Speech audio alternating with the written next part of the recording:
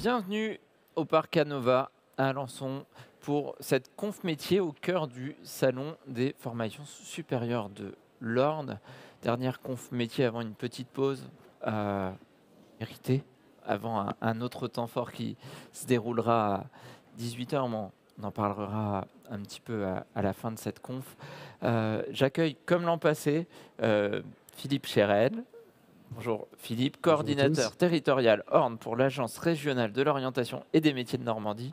Exactement. À ses côtés, Lydie Javel, qui est chef de mission développement économique, département aménagement et développement de la communauté urbaine d'Alençon. Bonjour. J'ai pas fait d'erreur. Ça va. Je vous ferai pas l'affront de vous redemander ce que vous vouliez faire quand vous étiez petit. Sinon, on ressort les rushs pour voir que vous avez bien répondu la même chose cette année. Oui. Par contre, pour ceux qui n'étaient pas là et qui ont le tort de ne pas être là l'an dernier, représentez tous les deux peut-être un peu vos missions, malgré tout. Expliquez le rôle de l'AROM. Ouais. Alors, le rôle de l'Agence de l'orientation et des métiers de Normandie, donc on a une mission qui est à destination des publics scolaires et de tous les Normands, voilà, pour dire en général, sur une information sur l'orientation, premier niveau d'information sur l'orientation, avec une plateforme qui s'appelle Destination Métiers. Je vous encourage à aller sur cette plateforme, où vous allez pouvoir trouver une information sur des formations qui se déroulent dans l'Orne, qui se déroulent en Normandie. Une information également avec la possibilité de rencontrer des ambassadeurs métiers.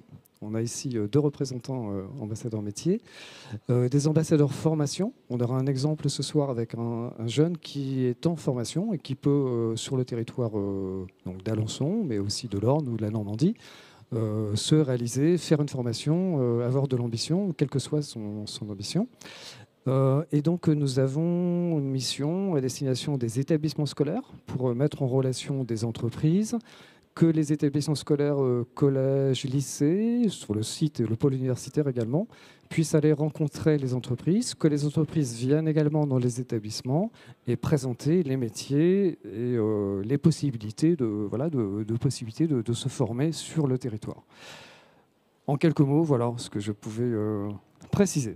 Super. Et Lydie, la mission développement économique, la CUA. La mission développement économique donc de la communauté urbaine d'Alençon et le service d'accompagnement des entreprises de la communauté urbaine d'Alençon. Donc un service qui est en fait une interface pour accompagner les entreprises déjà installées sur le territoire, mais également les entreprises qui souhaitent s'installer et les porteurs de projets.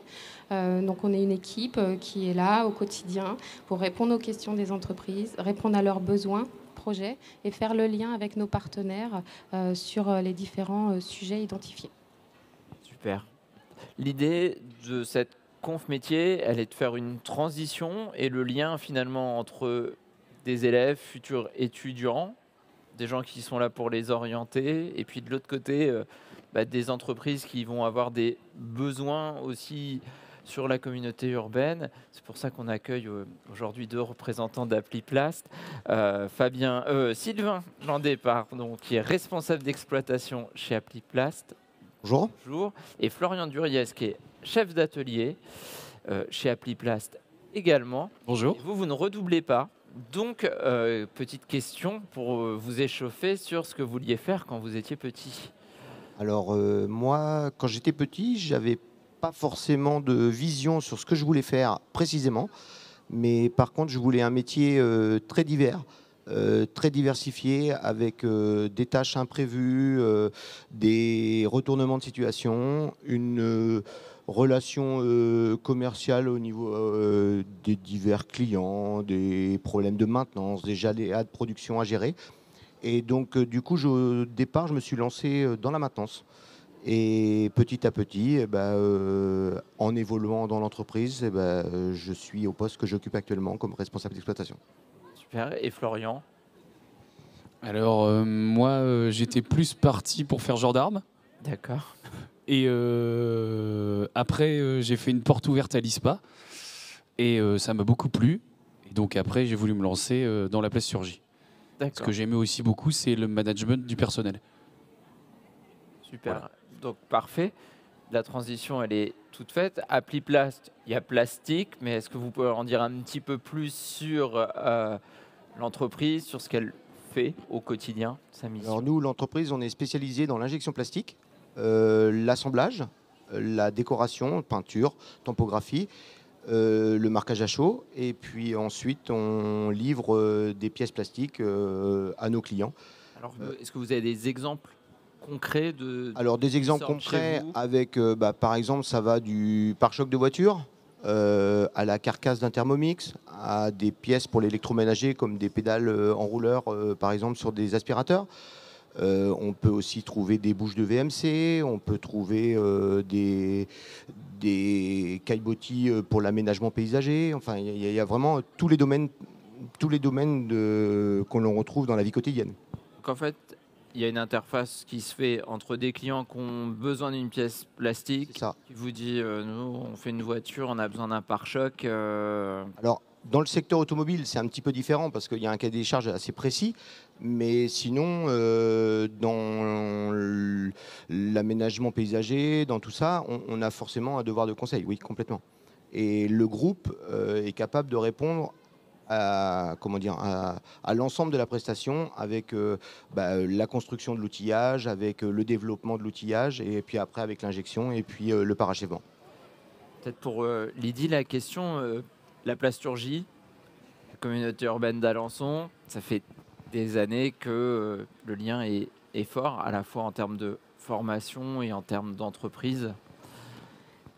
Tout à fait. Donc, la plasturgie, c'est une filière stratégique du territoire depuis de nombreuses années déjà. Aussi parce qu'on a des pôles d'expertise et de compétences qui se sont implantés sur le territoire et qui ont su développer une synergie entre la formation des jeunes, la formation des salariés, mais également l'implantation d'entreprises et des entreprises déjà installées ou des entreprises qui se sont développées grâce à cette présence de ce pôle de compétences. Aujourd'hui, j'irai plus largement, l'industrie représente un point important de l'économie locale. Le territoire a d'ailleurs été labellisé territoire d'industrie l'année dernière.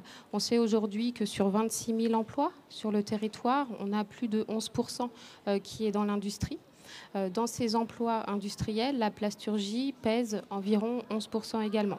Ce qu'il ne faut pas négliger, c'est qu'on a aussi des emplois dans l'agroalimentaire. L'agroalimentaire, c'est 30%, qui peuvent aussi être des emplois issus de la filière plasturgie, puisque finalement, on le voit dans les produits que vous avez évoqués. La plasturgie est assez transversale à plusieurs secteurs d'activité. On le retrouve dans l'agroalimentaire, dans les matériaux, dans la construction. C'est quand même un secteur assez phare et assez prégnant aussi sur le territoire. Florian, comment vous en êtes venu à la plasturgie? Vous êtes d'Alençon à la base peut-être, et du coup visite de l'ISPA. Exactement. Et changement de carrière. En fait. C'est ça, visite de l'ISPA, ça m'a beaucoup plu, visite de l'atelier. Donc après je me suis basé sur les formations, donc je suis parti sur un bac pro, plasturgie.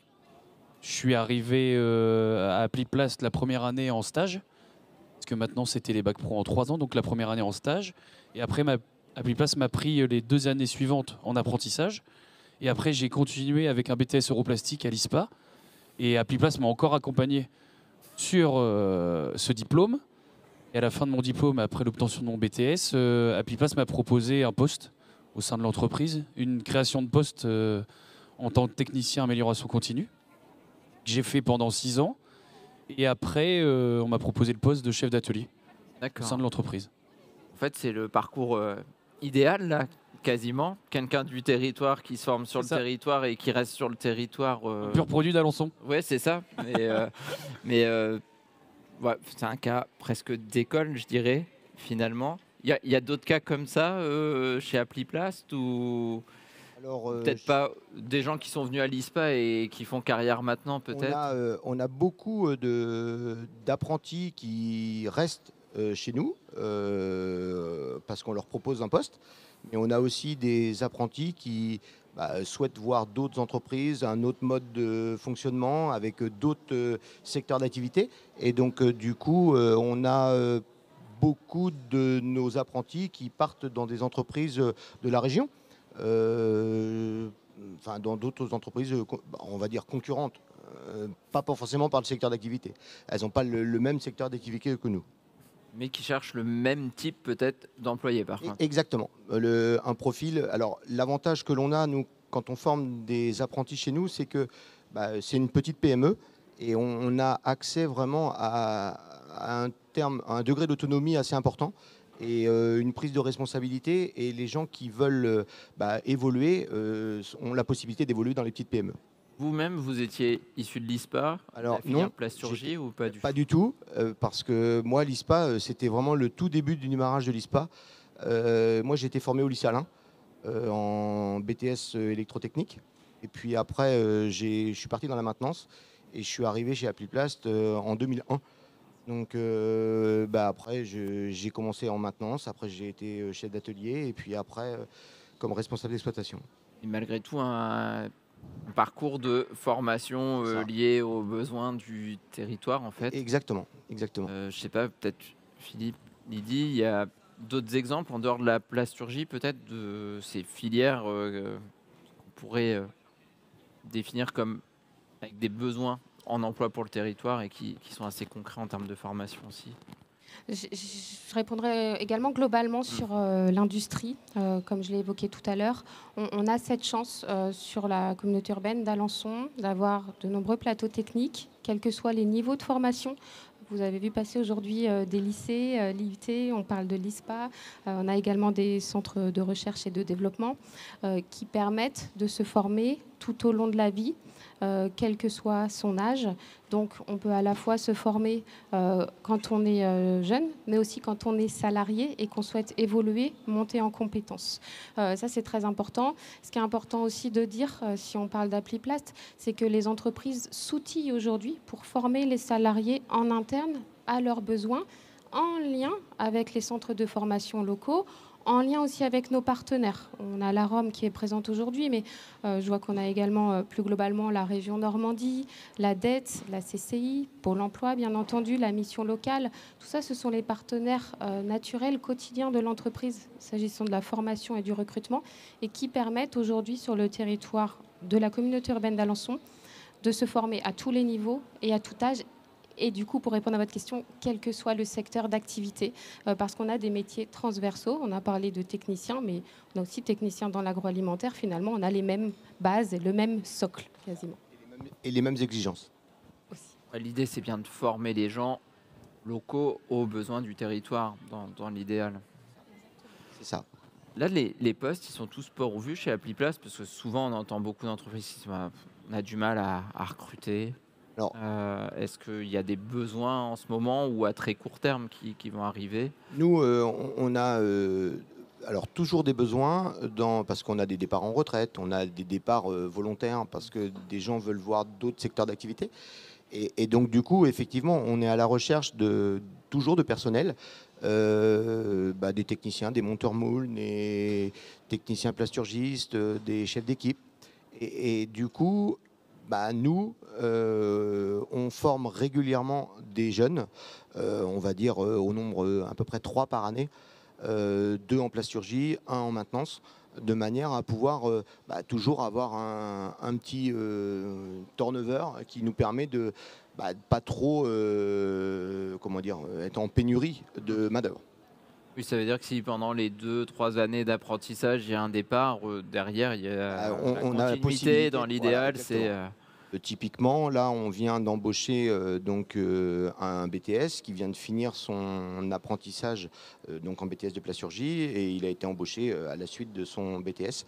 Et normalement, l'année prochaine, il repartirait à l'école pour faire un bachelor en éco-responsabilité. Tout en étant salarié. Tout en étant salarié de l'entreprise pour continuer la formation. Mais cette année, il n'y avait pas la possibilité de le faire à Alençon.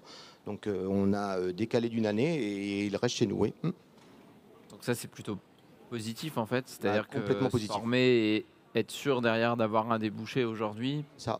C'est quand même dans ses choix d'orientation. Forcément, faire quelque chose qui me plaît, ça reste primordial. Mais faire quelque chose qui me plaît et si je sais qu'en plus, au bout, il y a la possibilité d'avoir un emploi, c'est bien. Le pôle plasturgie aujourd'hui, est-ce que Il y a une vraie, enfin, on en parlait tout à l'heure, mais est-ce qu'il y a une vraie concurrence quand même, malgré tout, à la sortie de l'école? Est-ce qu'il y a des besoins de séduire, on va dire, un petit peu les candidats aussi? Parce qu'ils ne viennent pas tous comme Florian d'Alençon à la base. Alors du coup, on a eu un petit peu de mal et quelques années de disette, on va dire, il y a 5-6 ans, parce qu'on avait orienté avec divers profils et pas forcément des gens de la région. Et donc, malheureusement, quand on forme quelqu'un pendant 2 ans en BTS de plasturgie, il y a des gros groupes, on va dire, qui mettent la main sur les apprentis et profitent qu'ils soient dans une petite PME, qui voient plein de choses, qui découvrent plein de métiers différents, qui sont très autonomes et très polyvalents, pour, entre guillemets, nous les piquer, on va dire, entre guillemets. Et donc, on a réorienté un petit peu notre façon de recruter nos apprentis. Et on essaie maintenant de pouvoir arriver à les capter dans la région, de manière à ce qu'il y ait moins de chances pour qu'ils repartent. Voilà. D'accord, donc oui, c'est une adaptation en fait. Et Exactement. encore une fois, on part du territoire pour former sur le territoire. C'est ça. Enfin, Et on profite de l'ISPA quand même pour arriver à former des gens compétents à la suite des 2 années de BTS. Les liens avec l'ISPA, ils sont permanents. C'est-à-dire que l'ISPA va adapter ses programmes. Vous dites, enfin nous, nos axes de développement à l'avenir, alors Appliplast et les autres sociétés de plasturgie d'Alençon, enfin nous, telle forme de plastique, demain, franchement, on va laisser cette Est-ce qu'ils réadaptent les contenus à vos besoins, vous, d'entreprise? Pas forcément sur le cursus, on va dire école, mais sur toutes les formations qu'il y a à côté, des formations type TPP, CQP, enfin des choses comme ça. Là, c'est vraiment beaucoup plus acté, développé par rapport aux besoins de l'entreprise. On va parler, ça va faire rire Lydie et Philippe, parce qu'ils savent que c'est ma question, on va parler salaire. D'accord. Forcément. Vous disiez que les grands groupes venaient vous piquer les jeunes que vous aviez formés.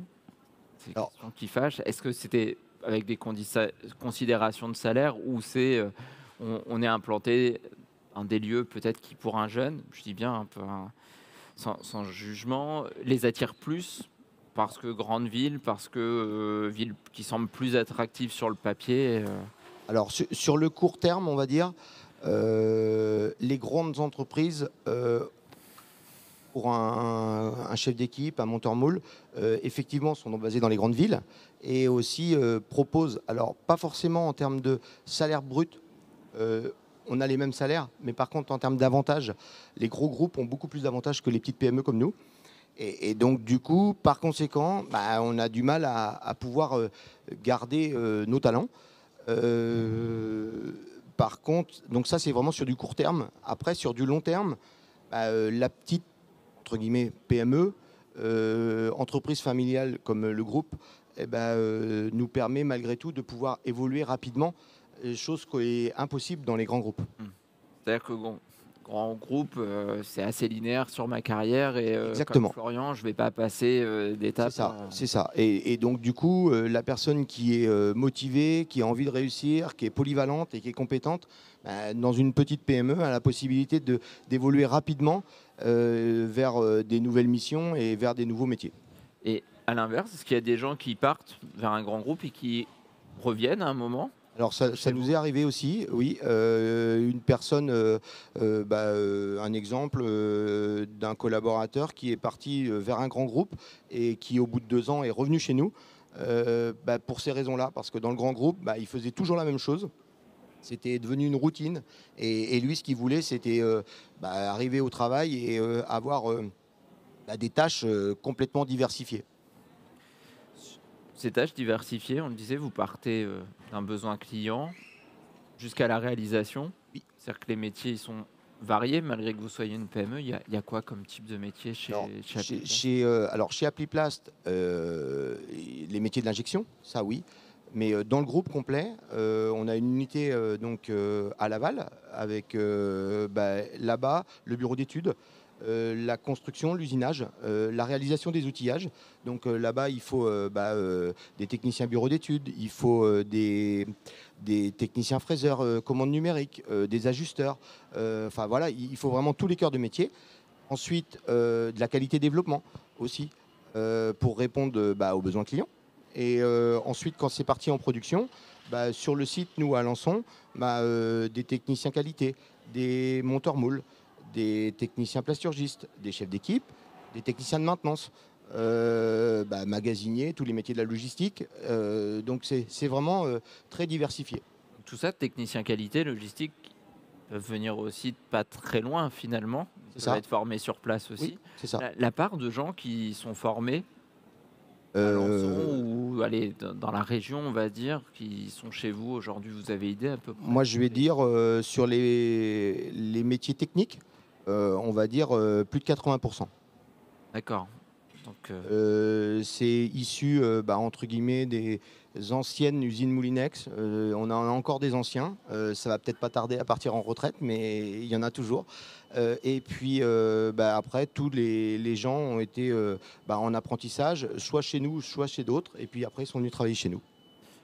au niveau de l'évolution des métiers, peut-être Florian, est-ce que des nouveaux plastiques, des nouvelles matières que vous travaillez? Parce que entre le moment où vous êtes rentré dans l'entreprise et aujourd'hui, vous avez vu un changement parce que on va pas se cacher qu'à l'heure un peu écologie où il y a une prise de conscience aussi de toutes ces notions-là du public, ce plastique, comment c'est envisagé aujourd'hui Alors maintenant, on utilise beaucoup de matières recyclées, énormément. C'est une demande aussi des consommateurs et des clients. Et on voit un peu nos habitudes changer par rapport à ça. Il y a encore beaucoup d'efforts à faire aussi pour différents plastiques, mais nous, sur le groupe, on est la plus grosse usine qui transforme la matière recyclée.